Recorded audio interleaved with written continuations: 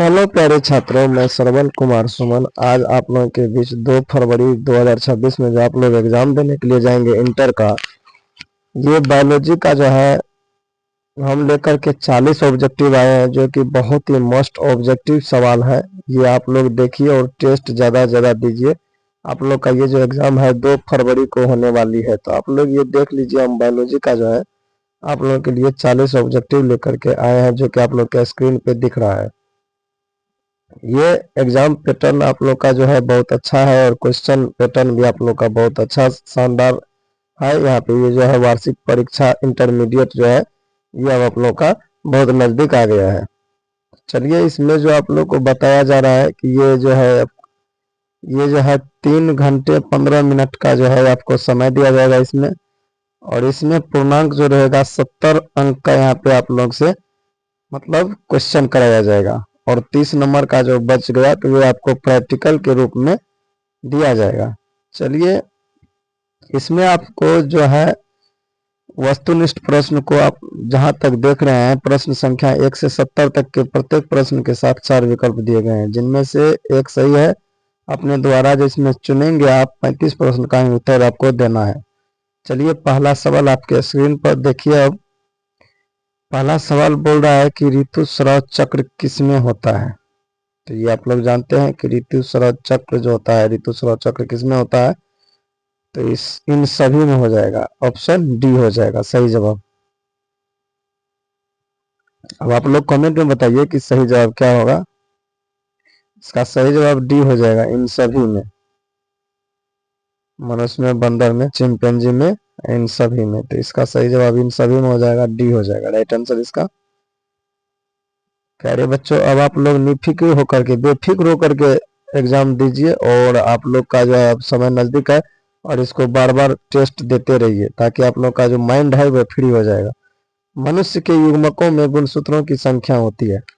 यहाँ पे देखिए, सवाल को समझिए कि मनुष्य के युग्मकों में गुणसूत्रों की संख्या होती है। जोड़ा नहीं पूछा है। कितने बच्चे क्या करते हैं, 23 जोड़ा में चिन्ह मार देते हैं। तो यहाँ पे 23 जोड़ा आपसे नहीं पूछा है, गुणसूत्रों की संख्या पूछा है। तो ये हो जाएगा 46। इसका राइट आंसर क्या हो जाएगा प्यारे बच्चों, डी हो जाएगा। गुणसूत्रों की संख्या पूछा है ना, जब पूछते गुणसूत्र मतलब कितने जोड़े होते तब 23 में चिन्ह लगेगा भाई। चलिए, अगला सवाल देखिए। कौन अंडपरजक प्राणी है, ये आप लोग जानते हैं। कौन अंडपरजक प्राणी है, मुर्गी, सांप, मगरमच्छ, इनमें सभी। तो इसका सही जवाब सभी होगा। मुर्गी, सांप, मगरमच्छ सभी अंडे देते हैं, तो ये सभी हो जाएगा। चलिए, अगला सवाल देखिए। जब निषेचन जीव के शरीर के बाहर होता है तब उसे कहते हैं। ये आप लोग जानते हैं। बिल्कुल आसान आसान सवाल आप लोग के बीच लेकर के आए और मोस्ट वीविया है आपके एग्जाम के लिए। ये बहुत ही गहराई से जांच करने के बाद इस सवाल को हम निकाले हैं और आप लोग के बीच लेकर के आए हैं। तो चलिए देखिए, ये बाह्य निषेचन हो जाएगा। जब निषेचन जीव के शरीर के बाहर होता है तब उसे बाह्य निषेचन कहते हैं। अंदर होता है तो आंतरिक निषेचन कहेंगे उसको। चलिए, अगला सवाल देखिए। जब संतति की उत्पत्ति एकल जनक द्वारा होती है तब यह क्या कहलाता है। ये आप लोग जानते हैं कि जब संतति की उत्पत्ति एकल जनक के द्वारा होती है तब यह क्या कहलाती है। तो ये क्या कहलाता है बताइए, अलैंगिक जनन कहलाता है। इसका राइट आंसर बी हो जाएगा। और अलैंगिक जनन को क्लोन भी कहते हैं, ये आप लोग जानते हैं। अलैंगिक जनन को क्लोन भी कहते हैं। चलिए, अगला सवाल देखिए। बिना निषेचन के पौधों का उत्पादन किसके द्वारा किया जाता है। तो ये हो जाएगा इसका राइट आंसर सी हो जाएगा, कायिक प्रवर्धन। इसका सही जवाब कायिक प्रवर्धन हो जाएगा, राइट आंसर सी हो जाएगा। अगर आप लोग सही जवाब जानते हैं तो कमेंट बॉक्स में बताइए। चलिए, अगला सवाल देखिए। आवृतबीजी पौधों के भ्रूणपोष में गुणसूत्रों की सूत्र गुणता क्या है। तो इसका भी राइट आंसर सी के साथ जाएंगे, 3n हो जाएगा। इसका राइट आंसर 3n हो जाएगा, सही जवाब सी हो जाएगा। चलिए, अगला सवाल देखिए। सवाल नंबर 8। सूक्ष्म प्रजनन में क्या संभव है। सूक्ष्म प्रजनन में क्या संभव है। तो ये आप लोग बताइए, सूक्ष्म प्रजनन में जो है ना अलैंगिक प्रजनन जो लिखा हुआ है ये संभव है। देखिए अब आप लोग बताइए कमेंट में इसका सही जवाब क्या होगा। इसका सही जवाब ए हो जाएगा, अलैंगिक प्रजनन। अगला सवाल देखिए, निम्न में से कौन उभयलिंगी प्राणी है। ये आप लोग को बहुत अच्छी तरीका से ये जान रहे हैं, और ये आप लोग को 10वां में जो पढ़ेंगे ना वहीं से ये सवाल आप लोग के पीछे पड़ा हुआ है कि निम्न में से कौन उभयलिंगी प्राणी है। तो इसका सही जवाब केचुआ हो जाएगा। किसान का मित्र भी उसको कहते हैं। अगला सवाल देखिए, अगला क्वेश्चन, ईस्ट में प्रजनन मुख्यतः किसके माध्यम से होता है। ईस्ट में प्रजनन मुख्यतः किसके माध्यम से होता है। तो इसका सही जवाब हो जाएगा मुकुलन के द्वारा होता है। ये भी सवाल आपको क्लास 10 से पीछे पड़ा हुआ है। अगला सवाल देखिए, पुष्पीय पौधों में नर युग्मक का निर्माण किसके विभाजन से होता है। पुष्पीय पौधों में नर युग्मक का निर्माण किसके विभाजन से होता है, ये बताइए आप लोग। तो इसका सही जवाब क्या हो जाएगा। 4 ऑप्शन आपके स्क्रीन पर है, तो बताइए। ये आप लोग कमेंट में बताइए भाई क्या होगा। आप लोग भी तो जवाब दीजिए।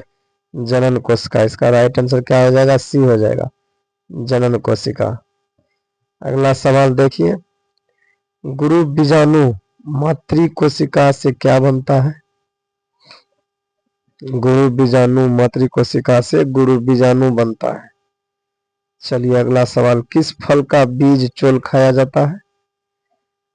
जायफल, शरीफा हो जाएगा, शरीफ लिखा हुआ है, शरीफा होगा यहाँ पे, लीची, इनमें सभी, तो इनमें सभी हो जाएगा। राइट आंसर इसका डी हो जाएगा। चलिए अगला सवाल देखिए, पराग भित्ति होती है। तो पराग भित्ति होती है, ये द्विस्तरीय होती है। सही जवाब इसका बी हो जाएगा। पराग भित्ति जो होती है ये द्विस्तरीय होती है। सही जवाब इसका बी हो जाएगा। कैसा लग रहा है टेस्ट, आप लोग बताइए। आप लोग को टेस्ट देने में मजा आ रहा है तो कमेंट कीजिए और लाइक कीजिए। परागकण हो सकते हैं, तो परागकण क्या हो सकते हैं भाई, तो ये एलर्जी कारक हो सकते हैं। सही जवाब सी हो जाएगा। अगला सवाल देखिए, प्रत्येक पादप कोशिका से पूर्ण पौधा बन सकता है, इस गुण को कहते हैं। तो ये हो जाएगा टोटीपोटेंसी। इसका सही जवाब सी हो जाएगा, सभी नहीं होगा, टोटीपोटेंसी सही जवाब इसका हो जाएगा सी। अगला सवाल देखिए, पौधे के किस भाग से लौंग प्राप्त किया जाता है। तो 4 ऑप्शन आपके स्क्रीन पर है, पुष्प, कली, फल और बीज। तो ये कली हो जाएगा। लौंग आप लोग देखते हैं ना, जैसे कली है, लौंग खाए भी आप लोग हैं। कौन कौन खाए हैं ये आप लोग कमेंट में कीजिए कि लौंग कौन कौन खाए हैं। तो इसका सही जवाब कली हो जाएगा, बी हो जाएगा। अगला सवाल, नारियल के मध्य फल भित्ति की प्रवृत्ति क्या होती है। तो नारियल की जो मध्य फल भित्ति की प्रवृत्ति क्या होती है, तो ये रेशेदार होती है। इसका सही जवाब बी हो जाएगा। नारियल के बीच में कौन सा भाग रेशेदार ही रहता है ना। उसके बाद देखिए, ग्राफियन फॉलिकल पाए जाते हैं, ग्राफियन फॉलिकल पाए जाते हैं। यह हो जाएगा मादा मानव के अंडाशय में, मादा मानव के अंडाशय में। राइट आंसर उसका भी हो जाएगा। अगला सवाल देखिए, सर्टोली कोशिकाएं पाई जाती है विडिसनों में, सर्टोली कोशिकाएं विडिसनों में पाई जाती है। सही जवाब भी हो जाएगा। मानव मादा में गर्भकाल है। आप लोग जानते हैं मानव मादा में गर्भकाल होता है 30 दिन, 90 दिन, 9 माह, 7 माह। तो इसमें सही जवाब हो जाएगा 9 माह, यानी कि 9 महीना। सही जवाब इसका सी हो जाएगा। चलिए अगला सवाल देखिए, आनुवंशिक कूट में कितने कूट होते हैं। आनुवंशिक कूट में कितने कूट होते हैं, तो इसका सही जवाब 64 हो जाएगा। इसका सही जवाब 64, यानी कि राइट आंसर डी। अगला सवाल देखिए, द्विगुणित संरचना है, द्विगुणित संरचना है, ये बताइए। द्विगुणित संरचना जो हो जाएगा युग्मनज हो जाएगा। राइट आंसर इसका बी हो जाएगा। अगला सवाल देखिए, जब नर आकृति में मादा से भिन्न होता है तब कहलाता है। तो यहाँ पे लिखा है जब कहलाता है, तब हो जाएगा भाई, तब कहलाता है। जब नर आकृति में मादा से भिन्न होता है तो ये हो जाएगा यौन द्विरूपता। सही जवाब इसका बी हो जाएगा।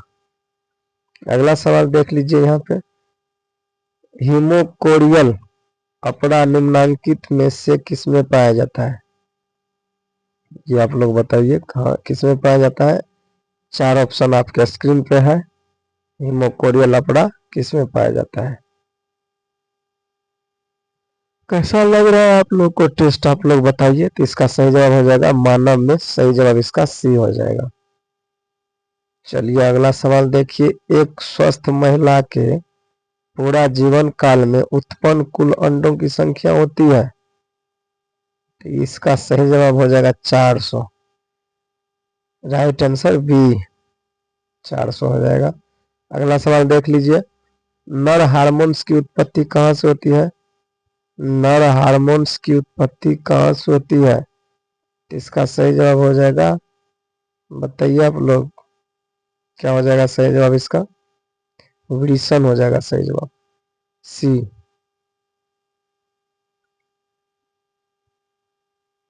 सी हो जाएगा इसका सही जवाब। चलिए अगला सवाल देखिए, एक्रोसोम इनमें से किसका संभाग है?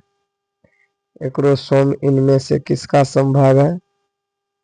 ये हो जाएगा, बताइए आप लोग, क्या हो जाएगा? मानव शुक्राणु के सिर का। सही जवाब यही होगा, मानव शुक्राणु के सिर का। ये हो जाएगा सही जवाब। चलिए अगला सवाल, निम्नलिखित में से कौन भारी मात्रा में प्रोजेस्टेरोन स्रावित करता है? ये बताइए, पित्त पिंड हो जाएगा। सही जवाब सी हो जाएगा। चलिए अगला सवाल, शुक्राणु का संचलन किनके द्वारा होता है? शुक्राणु का संचलन हो जाएगा भाई, ये तो डी हो सकता है, पूंछ के द्वारा। सही जवाब इसका डी ही हो गया, पूंछ के द्वारा। चलिए अगला सवाल, कॉपर टी रोकता है, तो ये निषेचन को रोकता है, ये आप लोग जानते हैं। कॉपर टी रोकता है निषेचन को। सही जवाब इसका ए हो जाएगा। चलिए अगला सवाल देखिए प्यारे बच्चों, निम्नलिखित में से कौन तनाव स्ट्रेस हार्मोन है? तो ये हो जाएगा, बताइए आप लोग, क्या हो जाएगा? हो जाएगा एब्सिसिक एसिड। एब्सिसिक एसिड इसका राइट आंसर इसका डी हो जाएगा। चलिए अगला सवाल, निम्नलिखित में कौन यौन संचारित रोग है? तो ये सिफिलिस और गोनेरिया, ये दोनों हो जाएगा, ए और बी दोनों है। सी हो जाएगा इसका राइट आंसर। वैसे आप लोग क्या जानते हैं तो आप लोग कमेंट कीजिए। सिफिलिस और गोनेरिया ये दोनों हो जाएगा, राइट आंसर इसका सी हो जाएगा। चलिए अगला सवाल देखते हैं, इनमें से कौन सा रक्त समूह सार्वभौमिक रक्तदाता है? बताइए आप लोग, 4 ऑप्शन आपके स्क्रीन पर है, तो इसका राइट आंसर इसका डी हो जाएगा, वो जो है सार्वभौमिक रक्तदाता है। चलिए अगला सवाल, अर्जित गुणों के वंशागति का सिद्धांत किनके द्वारा किया गया? तो लेमार्क हो जाएगा इसका राइट आंसर, बी हो जाएगा, लेमार्क जी के द्वारा। अगला सवाल, एक संकरण क्रॉस का फिनोटिपिक अनुपात क्या है? इसका फिनोटिपिक अनुपात हो जाएगा 3:1 हो जाएगा, राइट आंसर इसका बी हो जाएगा। चलिए अगला सवाल देखिए, मनुष्य में गुणसूत्र की संख्या है, मनुष्य यानी कि पुरुष में बोला तो पुरुष होता है XY और महिला होता है XX। तो ये देखिए कहाँ पे लिखा हुआ है 44 + XY, 46 होता है ना, 44 हुआ ना, XY जोड़िए 2 हो गया तो 46 हुआ। इसका राइट आंसर बी हो जाएगा। महिला पूछता पुरुष के जगह पे तो ये 44 + XX हो जाता है। चलिए अगला सवाल देखिए, मेंडल के नियम का एक अपवाद है। मेंडल के नियम का एक अपवाद, जिन्होंने मटर का जो है उपयोग किया था वही मेंडल जो है मटर का उपयोग, मटर के सिद्धांत मतलब जो दिए थे ना मटर के प्रयोग से, वही जी सहलगनता का। सही जवाब इसका सी हो जाएगा। अगला सवाल, एक जीन जोड़ा दूसरे जीन जोड़े के प्रभाव को रोकता है किसमें? एक जीन जोड़ा दूसरे जीन जोड़े के प्रभाव को रोकता है किसमें? बताइए भाई। एपिस्टेसिस। सही जवाब सी हो जाएगा। लास्ट सवाल देखिए यहाँ पे आपके स्क्रीन पे, मनुष्य में मात्रात्मक लक्षण का उदाहरण है। मनुष्य में मात्रात्मक लक्षण का उदाहरण है, तो ये आप लोग बताइए कमेंट में। ये लास्ट सवाल है। 40 हम ऑब्जेक्टिव आप लोग के बीच लेकर के आए थे। ये लास्ट सवाल है, आप लोग बताइएगा इसमें से आपका कितना सही आया है। त्वचा का रंग से जवाब इसका बी हो जाएगा। अब आप लोग कमेंट में बताइए कि आप लोग का सही जवाब इस टेस्ट में कितना आया, 40 में से आपका परसेंट कितना रहा। अब आप लोग 2 फरवरी को एग्जाम जाइए देने के लिए, मस्ती में जाइए, खुश होकर के जाइए और जा करके अच्छे ऑब्जेक्टिव को टिक कीजिए। 70 ऑब्जेक्टिव आप लोग के बीच पूछा जाएगा, जिसमें आप लोग को 35 को ही टिक करना है। तो अब आप लोग बताइए कि ये टेस्ट आप लोग को कैसा लगा, तो आप लोग कमेंट कीजिए। और 40 में जो हम अभी ऑब्जेक्टिव आप लोग को दिखाए हैं, ये आप लोग को इसमें आपका परसेंट कितना रहा। पुनः मिलेंगे अगले वीडियो में बहुत जल्द अगले टेस्ट के साथ। तब तक के लिए जय हिंद, जय भारत।